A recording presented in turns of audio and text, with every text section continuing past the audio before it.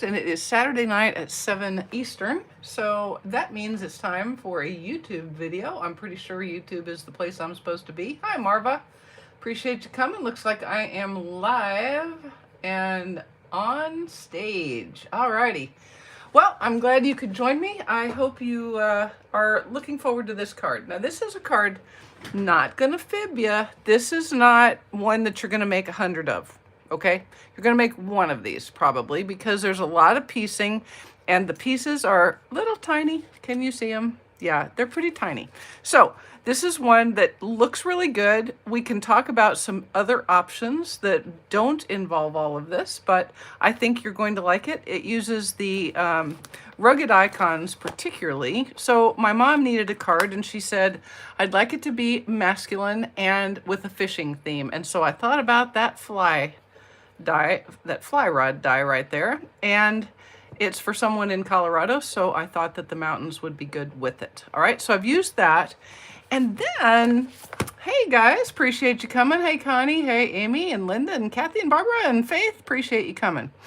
I've used the new candy canes dies. I created, my friend Carol Buckaloo, who is also a fellow demonstrator and one of my team members, and a friend who lives in Delaware. She told me that she had seen a fun technique with this candy cane striped die, and I thought it would make a very cool card front. Can you see that? That is two of these dies, one stacked on top of the other, and it just creates a nice texture and a good tone on tone for this. So let's go ahead and get started. Oh, also I used Charming Sentiments because it's awesome and it had the exact thing that I needed. All right, so let's get started. Everything will be on my blog tomorrow. I've done some pre-cutting, which I think is probably wise because there's a lot of it. We're going to have a soft suede card base, and then we're using Starry Sky. So before you came, I cut one of these pieces, and it turns out that this die is exactly the size of a 3 7/8 by 5 1/8 inch card front. Okay, so I'm going to go ahead and cut a second one right quick. Now this will not fit in the mini, so I'm just going to turn around here and make sure I get it all lined up, and then I'm going to cut it out. Obviously you could cut it out of a larger piece of cardstock and then you'd have a bigger frame around it, but I really didn't need that, so I didn't. You know, that's what I decided. I thought to myself, so you really don't need that, so don't do it.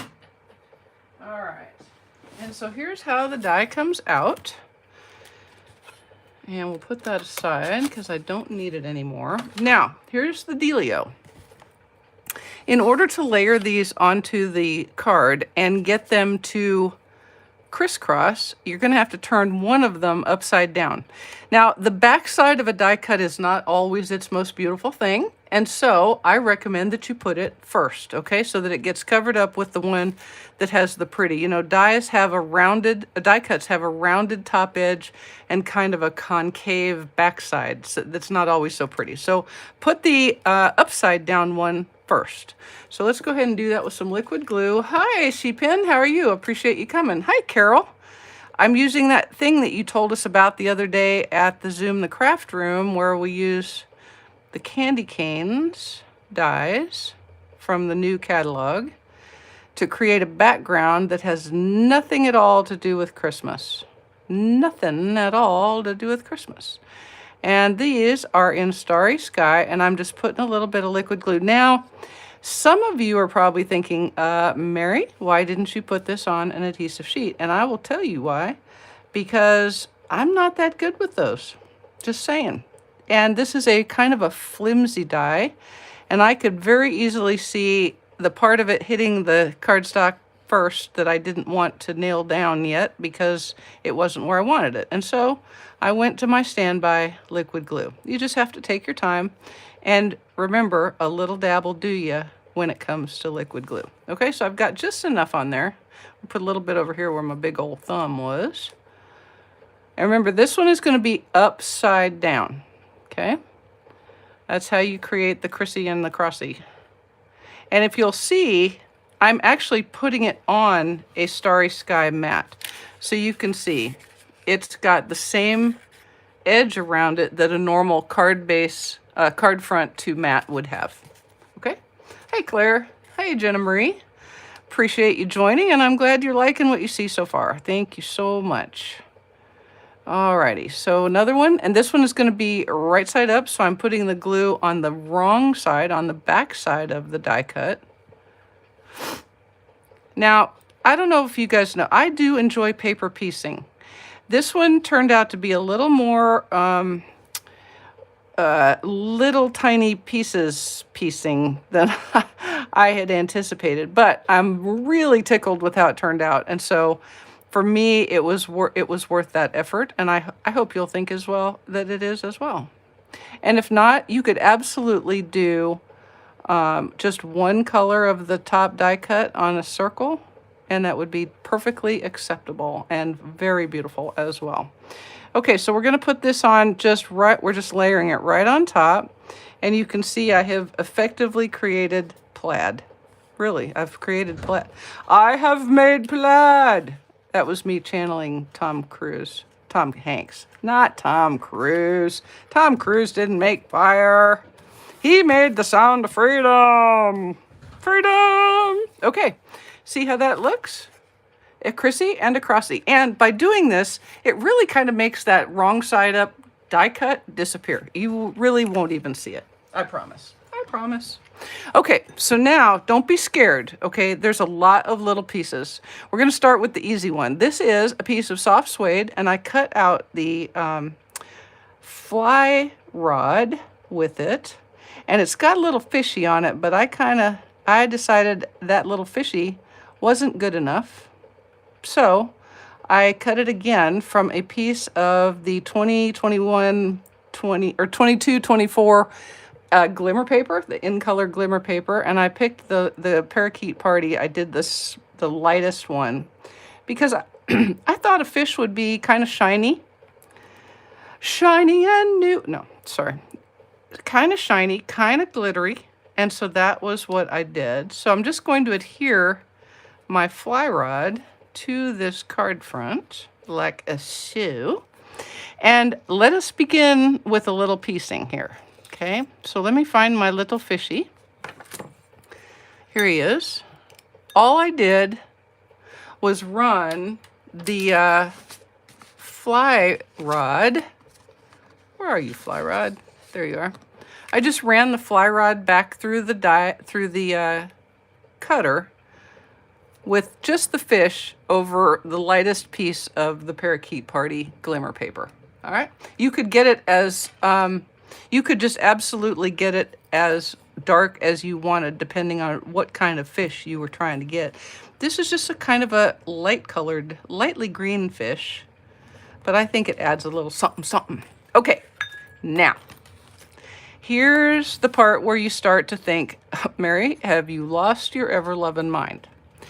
What I did is I cut this out of about 4 different, let's see, 1, 2, 3, 4, maybe 5 or 6 different colors of cardstock. And you can actually kind of arrange this. So like when I cut the sunshine, the sun, I just put this little piece over a piece of Daffodil Delight. I didn't have to cut out the whole thing. All right. Yesterday when I made the sample, I did the whole one. So what you could do is if you kept all of these, if you cut the whole thing out and just used the pieces and parts, you could absolutely layer this on just a circle of a different color, and that would be pretty right there. Push out all of the negative pieces and you'd be good to go. Okay, so I have carefully saved all of those die cuts. Okay.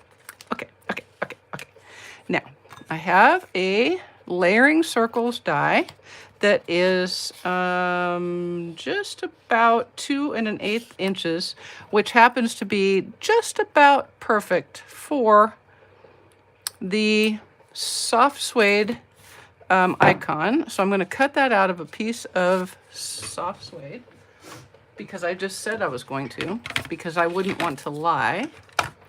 Now, this is why I didn't do this ahead. Let me put the lid on this. Here's my tip to you. This will absolutely fit in the mini. And what we're going to do is when we take this out, we're going to try to leave, we're going to try to keep all the little pieces and parts together. If we can get it off with the die cut, that's great. We probably can't, but we're gonna wanna keep them right on that plate so that, in fact, I'm gonna use my least scored plate, so that you can pick them off of there and stick them back in the die, okay? So let me get this run through. You'll be glad to know I'm only doing one of these. I've already cut all of the other pieces. There we go. And I'm gonna run it back through just so I get a good solid cut. All right. I'm going to put this aside, and I'm going to put this aside, and all my pieces came out and stayed right there. That's great. So I'm going to set that aside and keep everything on the acrylic plate, okay? This is just me. This is just me. You don't have to do this if you don't want, but you can if you want, you know. All right, so the first thing I'm going to do is I'm going to use my tweezers, which I know you all have. And I'm going to pick up the main piece. Now I got really kind of lucky here. Don't mess with it. You see how almost every one of those little Chad peoples are in there? Leave it. Don't. Do whatever you can to keep them in there. It will make your life much happier on down the road, I assure you. Ask me how I know. Yes, it's true. I did not do that, and then I had to search for the little tiny pieces. And it wasn't all that pleasant. I'm just going to throw that out there. Okay, so I have this. This is my piece. This is the one I really want. So now I'm going to use some liquid glue. Hey, Heather. Hey, Mary, glad you could join us. And I'm going to use liquid glue on the edges here around the outside of the circle. This is kind of paper piecing on steroids, but it's fun. And the cool thing about it is you could make this a winter scene. You know what I'm saying? You could fill in the part that I'm going to do in green to be meadows. You could do that in white. You could do that in white glimmer. We happen to have, you know, some of that coming. And I'm just saying there's a lot you could do with this. You could make all sorts of scenes with this little die. Remember, this rugged icon is a standalone die. You might also call it an a la carte die. Put a little more glue on the sunshine there. Sunshine. Okay, and then I'm going to adhere this to my circle. So I have already got sky in place, right? It turns out it's starry sky. You know how I know? Because that's the color of cardstock that I've got. Now I'm missing one little piece, and he's right there. So I'm just going to put a little dab of glue, right in there, and pick him up with my tweezers. Again, if you don't have tweezers, you could do a take your pick tool. You could use that. There you go. And then we're going to stick that down in there. So that right there was absolutely like the best of all the possible outcomes, where when I pick that up off of the acrylic, all of the little pieces come. But if they don't panic. Just keep your acrylic plate right there and don't move anything. Pick it up as you need it. Okay? All right. So I'm going to move this because I do believe I'm done with this color. And now we're going to get some colors, some more colors. Now I have Mossy Meadow. I have grass in Old Olive. And I've got a sun, and then I'm going to cut those little trees. So first, let's go ahead and put our meadow in with Old Olive. So really, I mean, this is like not hard. You could call this, if you wanted to, you could call this persnickety. You'd be welcome to do that. Let me see if by any chance, no, of course it didn't. So you see what I did here is I messed up because I didn't keep that little piece right there. So I'm going to kind of cheat a little bit, and I'm going to pull that little piece out and see if I can make that work. Otherwise, it looks like there's a hole in the ground. So note to self, keep all the pieces. Don't get all head up about, but that one worked out pretty good, really. Don't get all head up about getting all clean. You know, see, cleaning is bad. It's like running. Cleaning and running are bad. They're bad things. I'm just saying. Thanks, Heather. I appreciate you. That's very sweet. Yes, it is a rainy day in Georgia. We went to the post office this morning in an absolute downpour. And we got to the post office, opened the back of the van, saw all of the boxes with the shares ready to go, and not the last tote that had all the ordering gifts and the you know, the thingy bobber that you print that says, hey, you don't have to scan it all because here it is, the day thing. Yeah, that's a thing when you ship a lot. So closed the door of the van, got back in, and went back to the house again in a downpour. I did it again, 2 places that I didn't catch the whole thing. What a dork. What a dork. But that's okay, because, you know, this is what you should learn from this, is you can fix these things. If you bork it up, you can fix these things, I assure you. It's paper. Because if all else failed, I'd run it back through with some more old olive and I'd make another little piece right there. But I don't need to, because I can make that work. Nobody's going to see that, I promise. Okay? Now, I decided, this could easily be a river, but I decided it was a path up to the mountains. So I have some Sahara sand here, like this. You'll be glad to know this is insanely the only hard part of this whole card. Okay, so we have a path. And then, because I'm crazy that way, I wanted my trees to be mossy meadow, darker. So I just snipped these out. You don't have to do this, but I think it's better for trees to be green, because when trees are brown in Colorado, everybody gets real panicky real quick, for good reason, because that's just saying, let's have a fire. And I am very much not into fires this week. I mean, I hardly ever am anyway, but really, really, really not this week. Just saying. Okay, so I'm just trimming these out. It's not very hard. I mean, this is like easy peasy fussy cutting right there. I don't even think that's fussy cutting. You know what that is? That's fussy snipping. That's fussy snipping. But you can see why I am such an advocate for these tweezers, right? I mean, they are truly the bomb and the diggity. Both the bomb and the diggity. And we're going to cut that. Also, our paper snips are the best for doing these kinds of little close work. Just snip it right off that ring like that. And you can get head up about that if you want.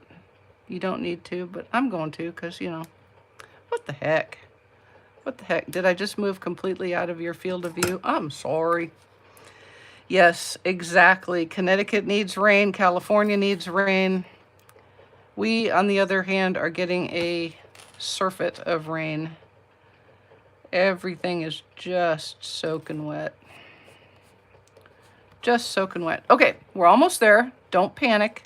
I promise I'll have you out by midnight, no later.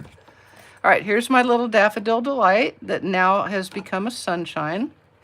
And then I've used crumb cake for my mountains because, you know, it is Colorado and it is summer, and so they're kind of dry. Just saying. All right, and we'll put those in. And then we'll be pretty well done with that, and we can start putting the card together the rest of the way. That's this piece. It's like doing a puzzle. If you like doing puzzles, this is the set for you. And here's one last little piece of crumb cake.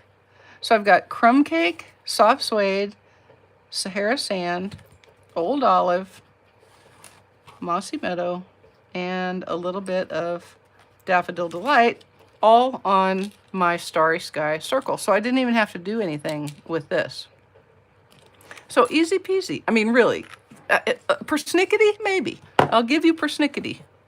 I'll take persnickety for 1,000, Alex. Yes, definitely persnickety, but not difficult at all.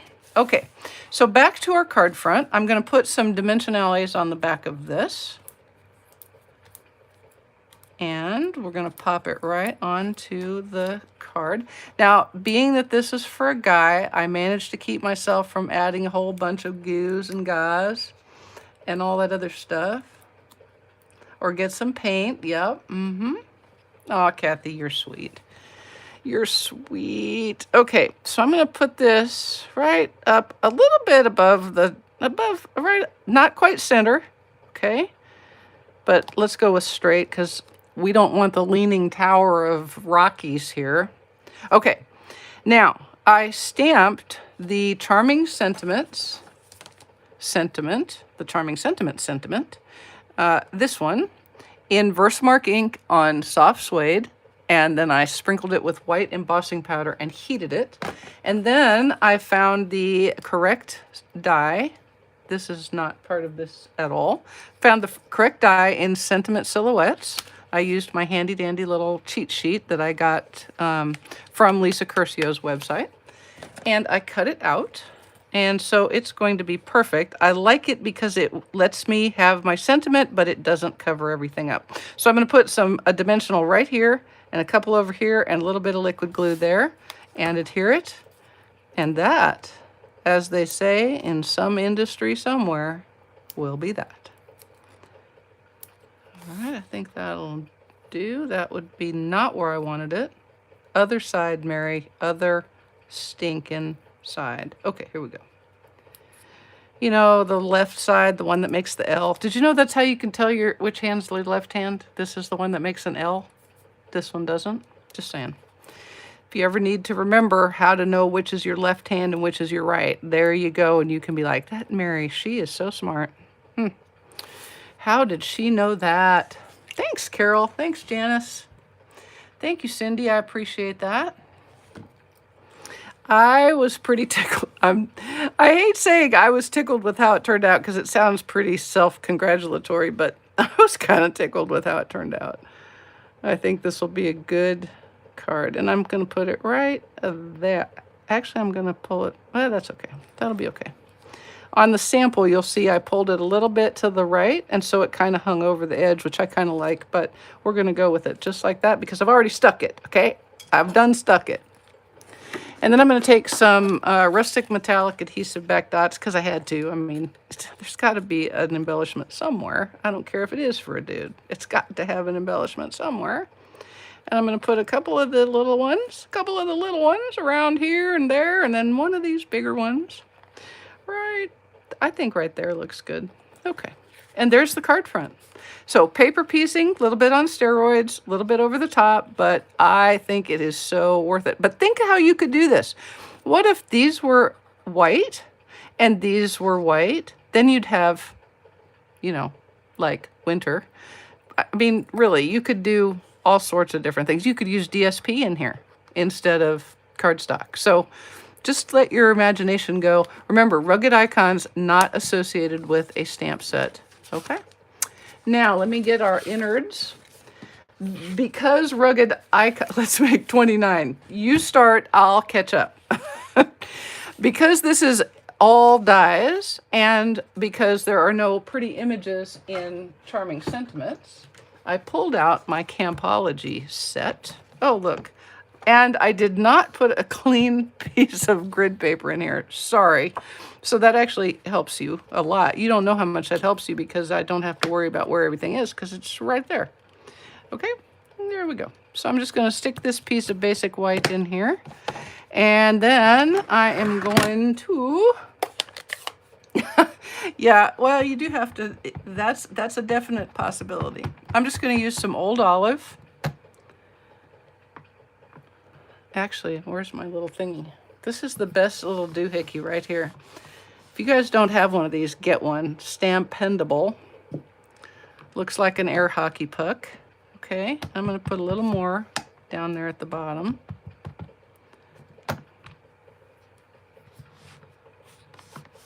Like that. And then I'm going to put that away so I don't have a mess on my hands. And we'll pick this up and put it aside until we get to our envelope. All right. And then I have this little sentiment also from Campology, and I'm going to stamp it in soft suede. Oh, how cool, Kathy. I'll bet that was, you know, this way is not going to work to ink it. Just, I mean, you know, you do you, but I'm going to suggest that that is not going to be what you wanted. So I'm going to double check that I have a straight image and that I'm getting good inking. I have good inkage. I have good straightage. I'm doing good. So we'll put that down. Really be careful with these small dies like this where there's narrow margins. Not narrow margins, but it's a little bit wobbly because, see that right there is going to bug me. So I'm going to turn it over and do another one. That's what I said.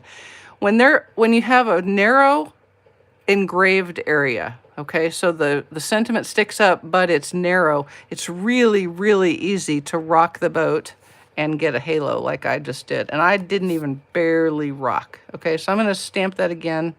Hopefully I'll get a better image, and then I'll just stick it back in the Stamparatus and be ready to go. There we go. I can take that. All right. So one more time to the Stampopotamus. And we'll stick him right back where he goes, which is right there. Right there. And see, I left that mossy meadow open. I must have had like a vision that I was going to screw that up. Okay. I'm going to go ahead and ink that just a little more. I think this is my mossy meadow saying, maybe you should put some re-inker on me, Mary. Maybe. I don't know. Far be it from me to tell you what to do, Mary. Okay. Now, set that aside. And then I'm going to adhere it to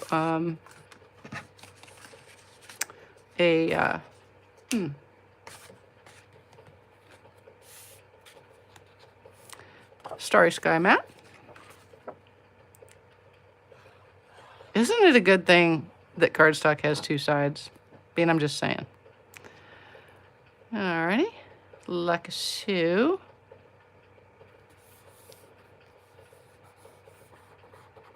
And then into our soft suede card base. And then we'll pop the card front on and make us a quick envelope and be doneski. I'm going to be a little over time, sorry. Hey, paper piecing takes the time it takes. There will be no piecing before it is time. And card front, there you go. Alrighty. And we'll put these on.